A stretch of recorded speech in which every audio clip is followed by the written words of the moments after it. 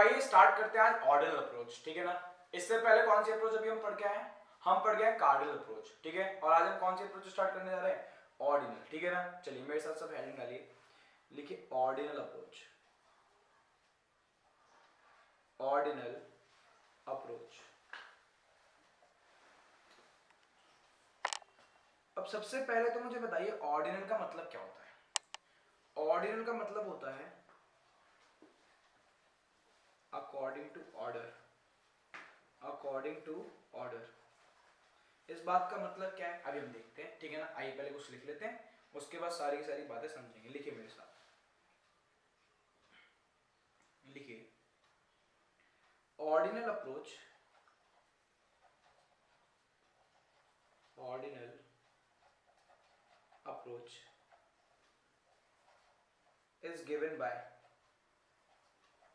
ordinal approach is given by J.R. Hicks, J.R. Hicks and Allen, J.R. Hicks and Allen। किसने दिया? J.R. Hicks ने ये और Allen ने दिए, ठीक है ना। लिखिए बुलेट पॉइंट चेंज करिए, लिखिए according to,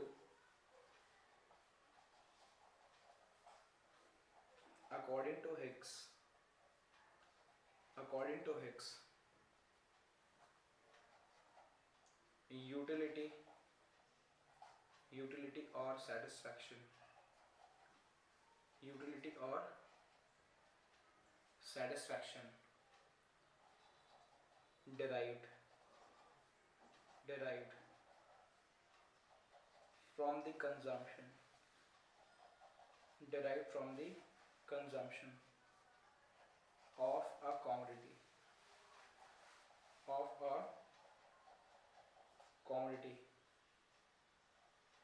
cannot be measured, cannot be measured, comma, we can only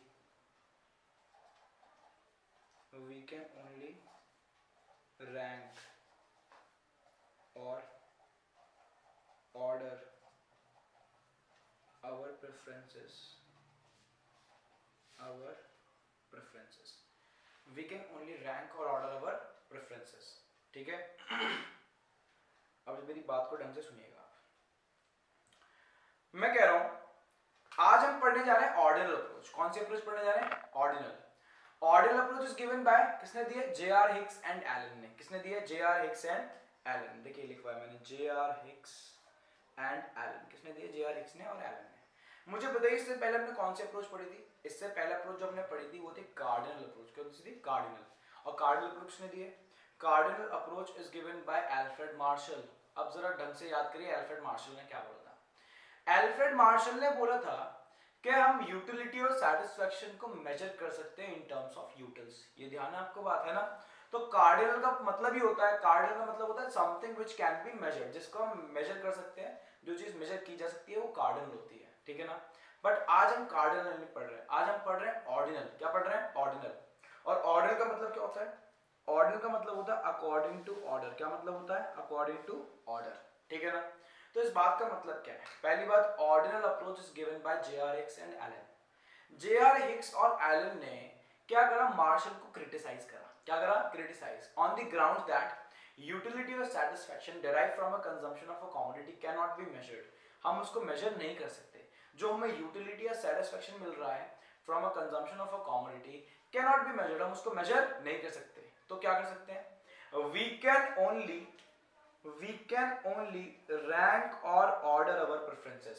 हम अपनी प्रेफरेंसेस को सिर्फ रैंक दे सकते हैं या ऑर्डर दे सकते हैं, ठीक है ना। अब इस बात का मतलब क्या है, ठीक है ना। बात का मतलब समझिएगा ढंग से। मैं कह रहा हूं मान लीजिए, इधर देखिए जरा, यहीं पे बना देते हैं। देखिए मैं कह रहा हूं एक तो रखा है यहां पे ऑरेंज और एक रखा है एप्पल। क्या रखा है? एप्पल, ठीक है ना। लग रहा है एप्पल की तरह? हाँ सर लग रहा है एप्पल की तरह। अब लग रहा है? हाँ लग रहा है सर एप्पल की तरह। देखिए ढंग से। मैं कह रहा हूं एक रखा है ऑरेंज और एक रखा है हमारे सामने एप्पल, ठीक है ना। सबसे पहले है एल्फ्रेड मार्शल। एल्फ्रेड मार्शल ने ऑरेंज खाया और ऑरेंज खा के पता क्या बोल रहे हैं? ऑरेंज खा के बोल रहे हैं कि मेरे को 10 न्यूटन्स मिले, क्या मिले 10 न्यूटन्स। इस बात का मतलब सेटिस्फेक्शन कितने लेवल का मिला 10 न्यूटन्स का सेटिस्फेक्शन मिला, ठीक है ना। फिर एप्पल खाया, एप्पल खा के बोल रहे हैं एप्पल से मेरे को 15 न्यूटन्स मिले, कितने मिले 15 न्यूटन्स, यानी कितने लेवल का सेटिस्फेक्शन मिला 15 न्यूटन्स लेवल का सेटिस्फेक्शन मिला, ठीक है। फिर इतने पीछे से आ रहे थे जेआरएक्स और एलन, तो एल्फ्रेड मार्शल ने बोला कि साइड हो जाइए, एल्फ्रेड मार्शल हो गए साइड। जेआरएक्स ने सबसे पहले ऑरेंज खाया, कुछ नहीं बोले, ठीक है ना। और उसके बाद एप्पल खाया, और आज पता है क्या बोल रहे हैं, वो बोल रहे हैं कि मेरे को ज्यादा सेटिस्फेक्शन किससे मिल रहा है, मेरे को ज्यादा सेटिस्फेक्शन मिल रहा है एप्पल से, और कम सेटिस्फेक्शन मिल रहा है पता है किससे, ऑरेंज से। तो मैं पहली रैंक, फर्स्ट रैंक पता है किसको दूंगा, फर्स्ट रैंक दूंगा मैं एप्पल को, और सेकंड रैंक किसको दूंगा मैं, ऑरेंज को। यानी वो अपनी प्रेफरेंसेस को रैंक या ऑर्डर असाइन कर रहे हैं, हाँ। वो उसको मेजर नहीं कर रहे, वो उसको क्वांटिफाई नहीं कर रहे, वो सिर्फ क्या कर रहे हैं, वो सिर्फ उसको रैंक या ऑर्डर असाइन कर रहे हैं। अब आप ही सोच के बताइए कौन सी बात बेटर है, एल्फ्रेड मार्शल वाली या JR Hicks. Obviously JR Hicks. ऐसा क्यों, मैं कह रहा हूं एल्फ्रेड मार्शल ने बोला था कि इसको खा के 10 न्यूटन्स मिल रहे हैं और इसको खा के 15 न्यूटन्स मिल रहे हैं। आप कैसे मेजर कर सकते हो, न्यूटन्स को हम जो मनी में एक्सप्रेस करते हैं तभी तो हम मेजर कर पाते हैं, अदरवाइज कोई डिवाइस तो है नहीं। क्या आपने चेक कर लिया थर्मामीटर की तरह लगाया, देखो 10 न्यूटन्स, ठीक है 15 न्यूटन्स, आप मेजर तो नहीं कर सकते ना। इसीलिए ऑर्डिनल अप्रोच डेवलप हुई, और ऑर्डिनल अप्रोच किसने दी है, जेआरएक्स और एलन ने। उन्होंने बोला हम मेजर नहीं कर सकते, हम अपनी प्रेफरेंसेस को रैंक दे सकते हैं या ऑर्डर दे सकते हैं। तो यहां पर उन्होंने फर्स्ट रैंक एप्पल को असाइन करी और सेकंड रैंक किसको असाइन करी, ऑरेंज को। अब बात समझ में आई, यही है ऑर्डिनल अप्रोच। ऑर्डिनल अप्रोच के अंदर हम पता है अपनी प्रेफरेंसेस को सिर्फ रैंक असाइन करेंगे या ऑर्डर असाइन करेंगे, उसको मेजर नहीं करेंगे in terms of Newton's. Clear. तो अब ऑर्डिनल अप्रोच के अंदर सबसे पहली जो थ्योरी है वो है इंडिफरेंस कर्व अप्रोच। कौन सी है, इंडिफरेंस कर्व अप्रोच है, इंडिफरेंस कर्व थ्योरी। आइए लिखते हैं इसके बारे में, ठीक है ना। आइए डालिए मेरे साथ, कौन सा कर्व पढ़ने जा रहे हैं, indifference curve.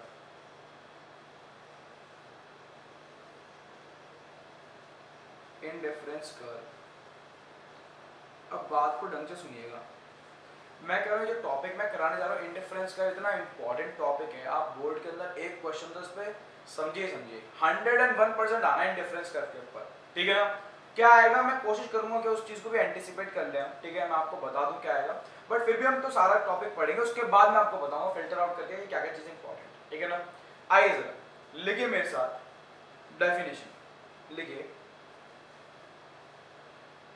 It is a curve which shows, it is a curve which shows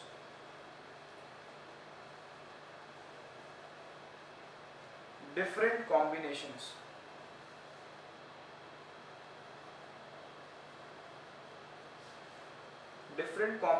of two goods, different combinations of two goods which provides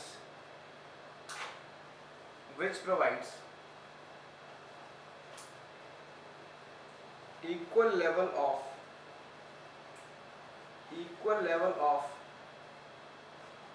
satisfaction to the consumer, equal level of satisfaction to the consumer, ठीक है ना। सुनिएगा मेरी बात को, आइए पहले indifference curve बना भी लें।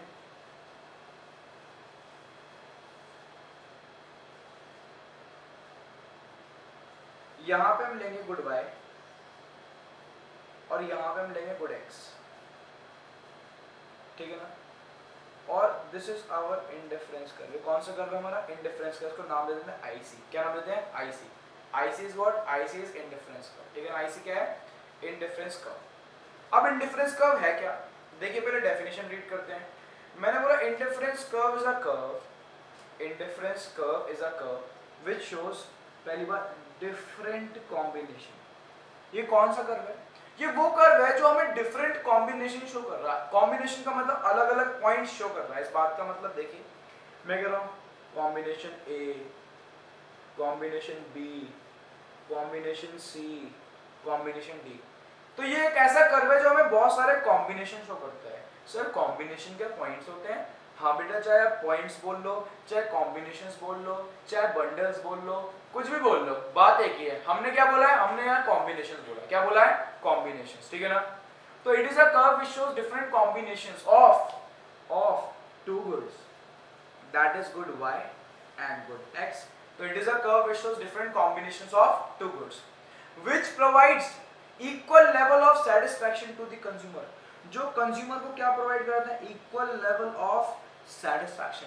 कंज्यूमर को क्या प्रोवाइड कराता है, इक्वल लेवल ऑफ सेटिस्फैक्शन।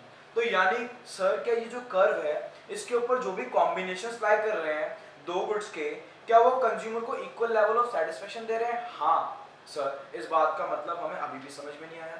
आइए बेटा समझते हैं इस बात का मतलब। मैं कह रहा हूं, मान लीजिए अगर मैं कॉम्बिनेशन बी पे हूं, किस पे हूं मैं, कॉम्बिनेशन बी पे, तो इस बात का मतलब क्या है? इस बात का मतलब है कि मैं गुड वाई को इतना कंज्यूम कर रहा हूं और गुड एक्स को इतना कंज्यूम कर रहा हूं, ठीक है, ये तो मतलब है इस बात का, ठीक है ना। गुड वाई को इतना कंज्यूम कर रहा हूं, गुड एक्स को इतना कंज्यूम कर रहा हूं। आज मैं पता है कहां पे आ गया, आज मैं आ गया कॉम्बिनेशन सी पे, ऊपर से नीचे आ गया, ठीक है ना। तो इस बात का मतलब आज मैं y को इतना कंज्यूम करने लगा, x को ज्यादा कंज्यूम करने लगा, इतना कंज्यूम करने लगा, है ना। तो पता है जितना सेटिस्फैक्शन मुझे b पे मिलता था, आज भी मेरे को उतना ही सेटिस्फैक्शन मिलेगा। मेरा लेवल ऑफ सेटिस्फैक्शन चेंज नहीं होने वाला। क्यों नहीं चेंज होने वाला? क्योंकि इंडिफरेंस कर्व एक ऐसा कर्व है जो कंज्यूमर को equal level of satisfaction provide कराता है। मैं कह रहा हूं जो भी कॉम्बिनेशन सेम इंडिफरेंस कर्व पे लाई करेंगे वो हमेशा कंज्यूमर को इक्वल लेवल ऑफ सेटिस्फैक्शन देता है। It is a curve which shows different combination, बहुत अलग अलग कॉम्बिनेशन शो करता है of two goods which provides equal level of satisfaction to the consumer। यानी ये सारे के सारे कॉम्बिनेशन का इक्वल लेवल ऑफ सेटिस्फैक्शन देंगे। हाँ, चाहे A पे चले जाओ, चाहे D पे चले जाओ, चाहे आगे E पे चले जाओ, कहीं भी चले जाओ, हमारा लेवल ऑफ सेटिस्फैक्शन चेंज नहीं होने वाला। सर क्यों? यही तो आपके माइंड में आ रहा है, सर ऐसा क्यों हो रहा है? अब जरा ढंग से सुनिएगा मेरी बात को। मैं कह रहा हूं मान लीजिए मेरे को एक तरफ से 10,000 रुपए का प्रॉफिट हुआ, ठीक है ना, और मेरे को दूसरी तरफ 10,000 रुपए का लॉस हो गया। मैं अगर मेरा बर्थडे था, मेरे घर में रिलेटिव आए, ठीक है ना, और मेरे को 10,000 रुपए देके चले गए। बताओ बेटा क्या मेरे पास 10,000 रुपए आ गए? हाँ। मैं कह रहा हूं आज मैं बाहर गया था, मेरे पास 10,000 रुपए की वॉच थी, मेरी वॉच कहीं गिर गई, क्या मेरे को 10,000 रुपए का लॉस हो गया? हाँ। मेरी सिचुएशन बताओ, मेरी सिचुएशन वही है जहां पे मैं पहले था। अगर मेरे को एक तरह से 10,000 रुपए प्रॉफिट हुआ तो दूसरी जगह 10,000 रुपए का लॉस हो गया, मेरे को कोई फर्क नहीं पड़ा। जहां पे मैं पहले था आज भी मैं वहीं पे हूं। क्या कंज्यूमर के साथ भी यहाँ पे ये हो रहा है? हाँ देखिए ये हो रहा है। अगर वो एक्स को गेन कर रहा है तो क्या वो वाई को सैक्रिफाइस कर रहा है? ढंग से देखिए, अगर वो एक्स को गेन कर रहा है तो वाई को वो क्या कर रहा है? सैक्रिफाइस। तो एक्स को गेन कर रहा है, वाई को सैक्रिफाइस। हाँ बेटा, लेवल ऑफ सेटिस्फैक्शन क्या रहेगा? सेम, चेंज नहीं होगा। तो लेवल ऑफ सेटिस्फैक्शन इसलिए सेम है क्योंकि हम एक्स को गेन कर रहे हैं और वाई को क्या कर रहे हैं? सैक्रिफाइस। इसलिए हमारा लेवल ऑफ सेटिस्फैक्शन चेंज नहीं हो रहा। क्लियर हो रही है बात आपको? ठीक है ना। तो इंडिफरेंस कर्व क्यों बोल रहे हैं सर इसको? क्योंकि डिफरेंट का मतलब होता है अलग अलग और इंडिफरेंट का मतलब होता है सेम। तो एक ऐसा कर्व है जिसके ऊपर जो कॉम्बिनेशंस लाई कर रहे हैं दो गुड्स के, वो सेम लेवल ऑफ सेटिस्फैक्शन दे रहे हैं, that is equal level of satisfaction to the consumer. Clear? अब हमें पढ़नी है कुछ अजम्पशंस इंडिफरेंस कर्व की। जो भी आपने इंडिफरेंस कर्व बनाया और हमने डेफिनेशन पढ़ी, इसकी हमें कुछ अजम्पशंस पढ़नी है। डालिएगा मेरे साथ।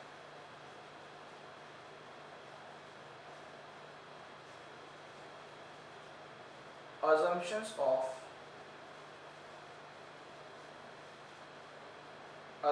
of indifference curve, assumptions of indifference curve, ठीक है। आइए लिखिए, फर्स्ट assumption लिखिए, फर्स्ट राइट डालिए, रेशनैलिटी, रेशनैलिटी लिखिए, चलिए मेरे साथ लिखिए। A consumer is assumed, a consumer is assumed to be rational, a consumer is assumed to be rational, ठीक है। मैं कह रहा हूं सबसे पहली assumption आई है हमारी rationality। assumption का नाम क्या है? rationality। अब what do you mean by rationality? मैं कह रहा हूं rationality का मतलब होता है समझदारी। क्या हम अपने कंज्यूमर को समझदार मान के चल रहे हैं? हाँ। अब our consumer is rational, A consumer is assumed to be rational. हम अपने कंज्यूमर को क्या मान के चल रहे हैं? हमारा कंज्यूमर क्या है? रैशनल है. क्या है? रैशनल, यानी समझदार है. जितने भी डिसीजन लेगा वो समझदारी से लेगा. समझ में आ गई बात? तो हम मान के चल रहे हैं हमारा कंज्यूमर क्या है? समझदार. अब एक्चुअली में है या नहीं, बेवकूफ है, मुझे नहीं पता. ठीक है ना? हम क्या मान के चल रहे हैं? समझदार है हमारा कंज्यूमर. समझ में आ गई बात? आइए सेकंड असम्पशन लिखिए मेरे साथ. लिखिए consistency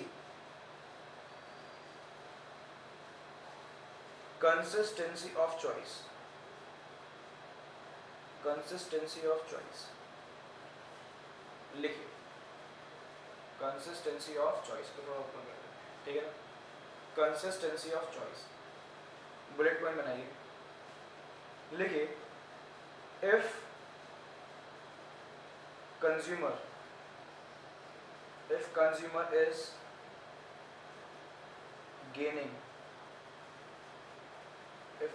is gaining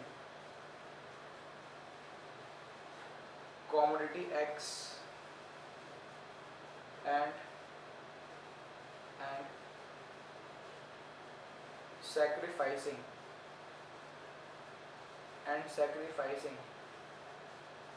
commodity Y, then in another time period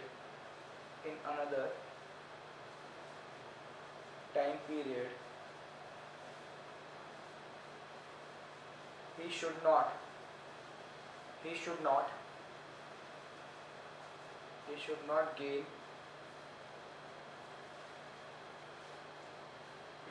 gain commodity Y and sacrifice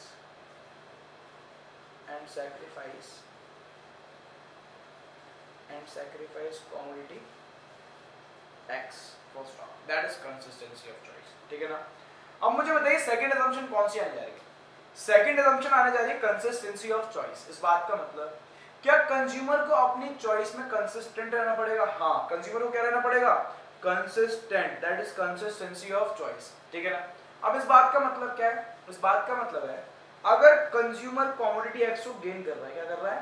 gaining commodity x, और पता है सैक्रिफाइसिंग कमोडिटी वाई. अगर वो एक्स को गेन कर रहा है और वाई को क्या कर रहा है? सैक्रिफाइस. तो यही करता रहे इन अनदर टाइम पीरियड. ये नहीं कि वो पता क्या करने लगा? वाई को गेन करने लगा और एक्स को क्या करने लगा? सैक्रिफाइस. तो थ्योरी फेल हो जाएगी. अपनी चॉइस में कंसिस्टेंट रहना पड़ेगा कंज्यूमर को. ठीक है ना? That is consistency of choice. अब इस बात का मतलब क्या है? मैं कह रहा हूं सौरभ बोल रहा है, सौरभ कह रहा है कि भैया मुझे मीठा खाना अच्छा लगता है, खट्टा बिल्कुल बेकार लगता है. ठीक है ना? और आज सौरभ को कुछ हो गया और सौरभ आके मेरे से कह रहा भैया मुझे खट्टा खाना अच्छा लगता है, मुझे मीठा खाना बिल्कुल बेकार लगता है. मैं बोलूंगा सौरभ क्या तुम पागल हो गए हो? तुम्हारी चॉइसेस कंसिस्टेंट नहीं है. अपनी चॉइसेस में क्या रहा करो? कंसिस्टेंट रहा करो. अगर तुम्हें मीठा अच्छा लगता है तो मीठा अच्छा लगना चाहिए, खट्टा बेकार. आज तुम आगे बोल रहे हो कि तुम्हें खट्टा अच्छा लगता है, मीठा बेकार. तुम्हारी चॉइसेस कंसिस्टेंट नहीं है. तो यानी थ्योरी हो जाएगी फेल. हमें क्या रहना पड़ेगा? हमें कंसिस्टेंट रहना पड़ेगा. अगर हम x को गेन कर रहे हैं और y को सैक्रिफाइस कर रहे हैं तो हम यही करते रहेंगे. इन अनदर टाइम पीरियड हम ऐसा नहीं करेंगे कि हम y को गेन कर रहे हैं और x को सैक्रिफाइस कर रहे हैं. That is consistency of choice. ये हमें अज्यूम करके चलना पड़ेगा. क्लियर है? आइए नेक्स्ट असम्पशन पे चलते हैं. लिखिए असम्पशन नंबर थर्ड. ठीक है ना? इसका नाम है transitivity.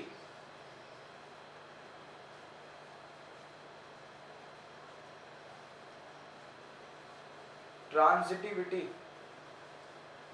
Of choice. Transitivity of choice. ठीक है ना? लिखते हैं. लिखिए if a consumer prefer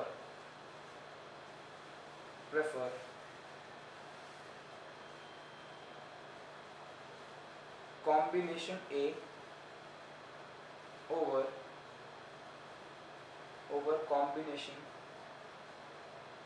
combination B and prefer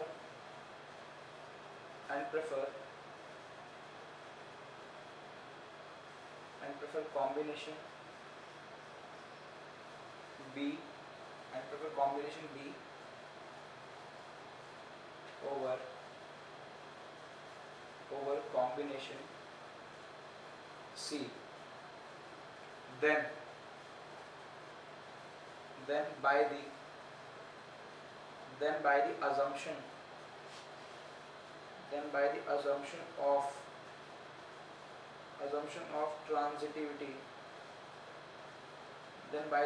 of transitivity, consumer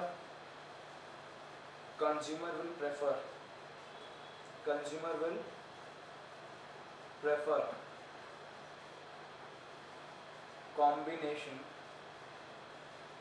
combination A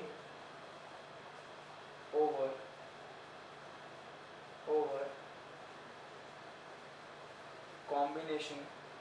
combination C, full stop।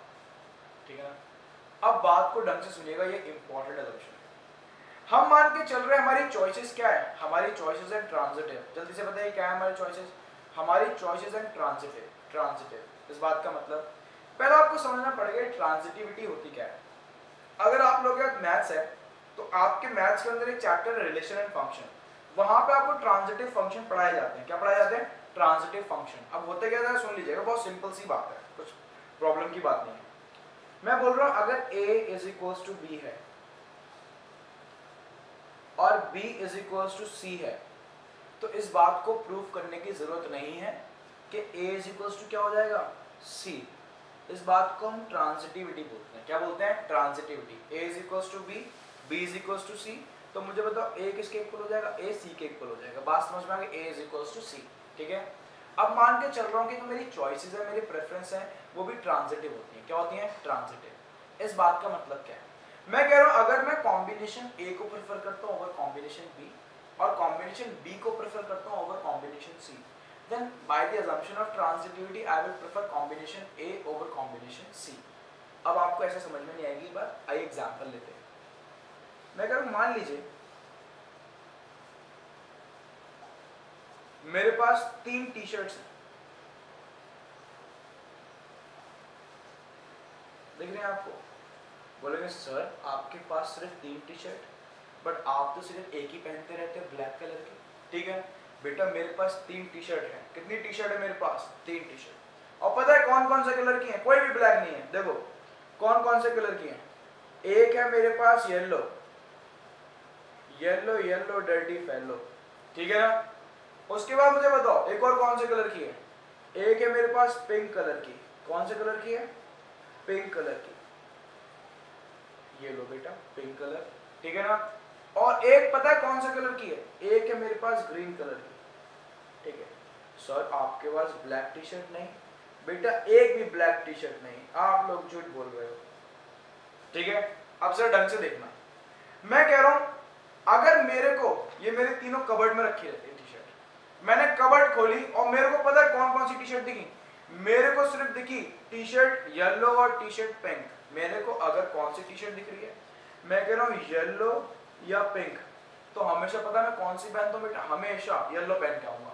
मैं येलो को प्रेफर करता हूं ओवर पिंक, ठीक है ना?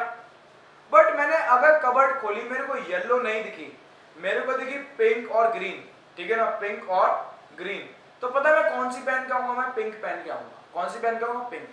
बट आज पता है क्या हुआ बेटा, आज मैं घर गया, मैंने कबर्ड खोली, तो मेरे को पता है कौन कौन सी टी शर्ट दिखी।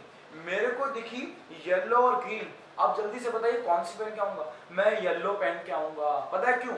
अगर मैं येलो को प्रेफर करता हूं ओवर पिंक एंड पिंक को प्रेफर करता हूं over green, then I will prefer yellow over green. तो मैं येलो को प्रेफर करूंगा ओवर ग्रीन। तो यानी मैं बोल सकता हूं ट्रांजिटिविटी क्या है, अगर मैं ए को प्रेफर करता हूं ओवर बी और बी को प्रेफर करता हूं over C, then I will prefer A over C. तो ये आपको बात समझ में आ गई? अगर मैं दोबारा से आपको बात बताता हूं, मैं कह रहा हूं अगर मैं किसको प्रेफर करता हूं, मैं कह रहा हूं मैं येलो को प्रेफर करता हूं ओवर पिंक और पिंक को प्रेफर करता हूं ओवर ग्रीन, तो आज अगर मेरे सामने येलो और ग्रीन रखी जाए, मैं किसको प्रेफर करूंगा? ऑब्वियसली येलो को। Then I will prefer yellow over green. तो मुझे बताइए बेटा आज मैं कौन सी टी शर्ट पहन के आऊंगा? मैं पहन के आऊंगा येलो, ठीक है ना? बट सर आप तो ब्लैक पहने। बेटा ब्लैक मेरे पास एक भी नहीं है, आप झूठ बोल रहे हो। समझ में आ गई बात? मेरे पास सिर्फ 3 टी शर्ट्स, कौन सी? येलो, पिंक और ग्रीन। बात समझ में आ गई? बिल्कुल क्लियर। ये क्या था? Transitivity of choice. क्या है ये? Transitivity of choice. तो ये फोर्थ अजम्पशन पे चलते हैं अपनी, ठीक है ना? लिखे मेरे साथ, मोनोटॉनिक प्रेफरेंस। मोनोटॉनिक प्रेफरेंसेस, ठीक है ना? Monotonic preferences, clear? आइए लिखिए लिखिए, a consumer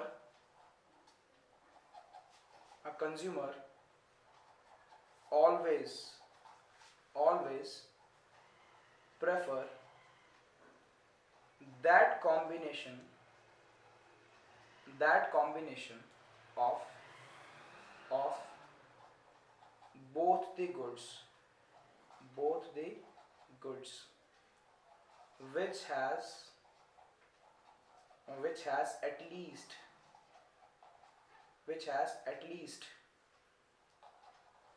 more of one good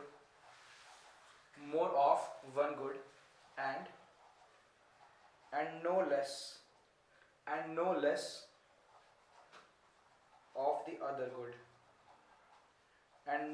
of the other good ठीक है ना?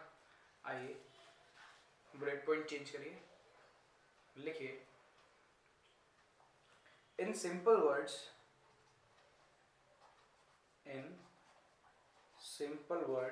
comma, a consumer always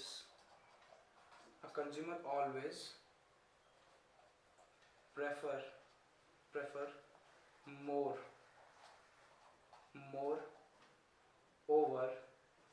over less.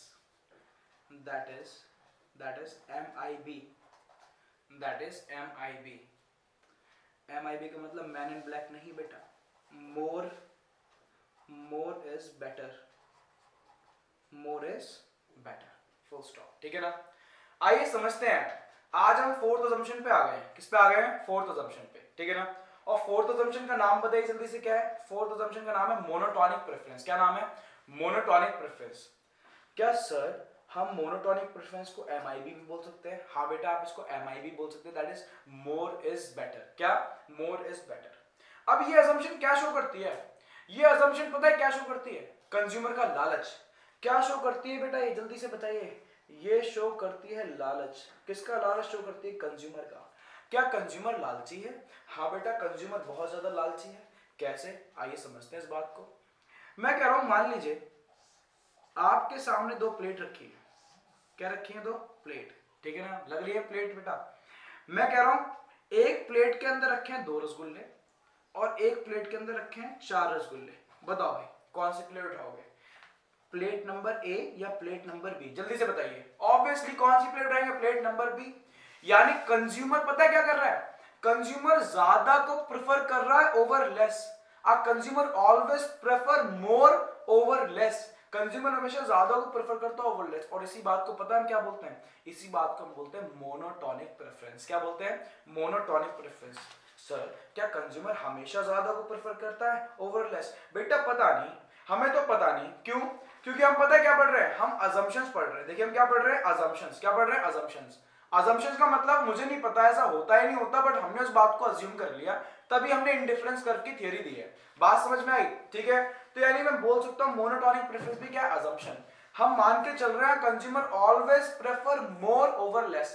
Consumer हमेशा ज्यादा को प्रेफर करेगा ओवर लेस। देखिए मैंने क्या लिखवाया, मैंने लिखवाया consumer always prefer that combination of both the goods which have at least more of one good and no less of the other good। कम से कम एक गुड की क्वांटिटी तो ज्यादा हो without sacrificing another। यानी इस बात को क्या सिंपल लैंग्वेज में बोल सकते हैं? हाँ बेटा बोल सकते हैं। Simple word, a consumer always prefer more over less, that is MIB। MIB का मतलब क्या होता है? मोर इज बेटर। क्लियर?